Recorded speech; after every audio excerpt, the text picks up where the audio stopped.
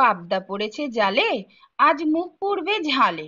যতই করো বাহানা, আজ কোনোই বাঁধন মানবো না। নমস্কার বন্ধুরা, আমাদের রান্নাঘরে তোমাদেরকে স্বাগত।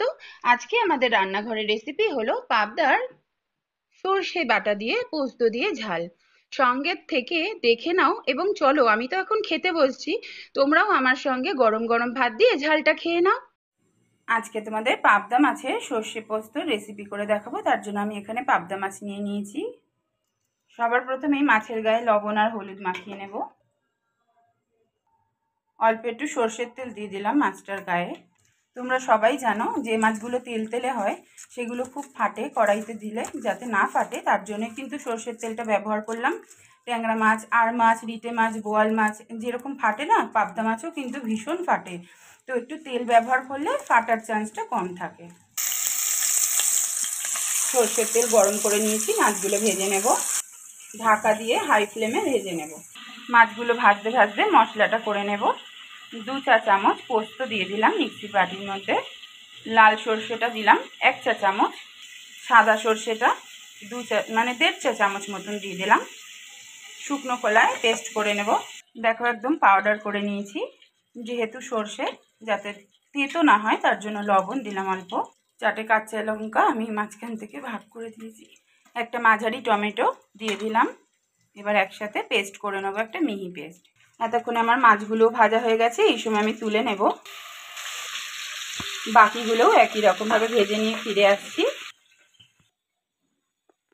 মাছ ভাজার তেলের মধ্যে কালো জিরে ফোড়ন দিয়ে দিলাম। ফোড়নটা ভাজা হয়ে গেছে, যে মশলাটা পেস্ট করেছিলাম মশলাটা দিয়ে দিলাম। এবার মশলাটা খুব ভালো মতন কষিয়ে নিতে হবে। এই মশলাটা খুব বেশি তো কষানো যাবে না, যেহেতু সর্ষে আছে, সর্ষে বেশি কষালে তো তেতো হয়ে যায়, তোমরা সবাই জানো। তাই 3 মিনিট মতন একটু কষিয়ে নেব ভালো করে। হলুদ গুঁড়ো দিয়ে দিলাম। রঙের জন্য একটু কাশ্মীরি লঙ্কার গুঁড়ো দিলাম 1/2 চামচের হাফ। পরিমাণ মতন লবণ দিয়ে দিলাম। ঝালের জন্য আমি কাঁচা লঙ্কা ব্যবহার করেছিলাম পেস্টে, তোমাদের দেখিয়ে দিয়েছিলাম। মশলাটা একটু বাটা মশলার সাথে ভালো করে মিশিয়ে নেব। মশলার বাটি ধোয়া জল অল্প দিয়ে দিলাম এই সময়। মশলার ওপর দেখো তেল উঠে এসেছে, তার মানে মশলা কষানো আমার রেডি হয়ে গেছে। গ্রেভির আন্দাজে জল দিয়ে দিলাম। গ্রেভিটা একটু ভালো করে ফুটিয়ে নেব, কারণ পাবদা মাছ তো খুব নরম হয়, তোমরা সবাই জানো। তো মাছগুলো খুব ভালো মতোই ভাজা আছে। গ্রেভিতে দিয়ে যদি বেশি ফোটাই মাছগুলো ভেঙে যাবে। গ্রেভিটা একদম রেডি করে তারপরে মাছগুলো দিয়ে দেব। গ্রেভিটা 2 মিনিট মতন ফুটিয়ে নিয়েছি।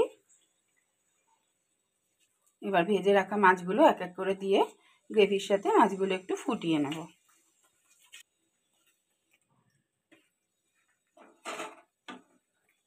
পাবদা মাছ খেতে তোমরা সকলেই খুব ভালোবাসো, আর এইভাবে সর্ষে পোস্ত বাটার ঝাল পাবদা মাছের একটা পদ দিয়ে কিন্তু পুরো গরম ভাত খাওয়া হয়ে যাবে।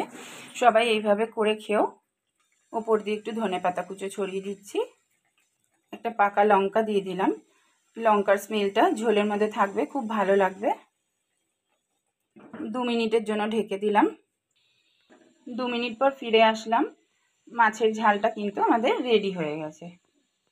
এর থেকে আর বেশি গ্রেভি শোকাবো না। সর্ষে পোস্ত দিয়ে পাবদা মাছের ঝালের রেসিপি এখানেই শেষ করলাম। খুব শিগগিরই আবার অন্য একটা ভিডিও নিয়ে তোমাদের সঙ্গে দেখা হবে। ততক্ষণ ভালো থেকো, সুস্থ থেকো। আজকের রেসিপিটা ভালো লাগলে অবশ্যই লাইক কমেন্ট করে শেয়ার করে দিও। আর যারা নতুন এসেছো আমাদের রান্নাঘরে আমার রেসিপি দেখতে, অবশ্যই সাবস্ক্রাইব করে আমাদের পাশে থেকো।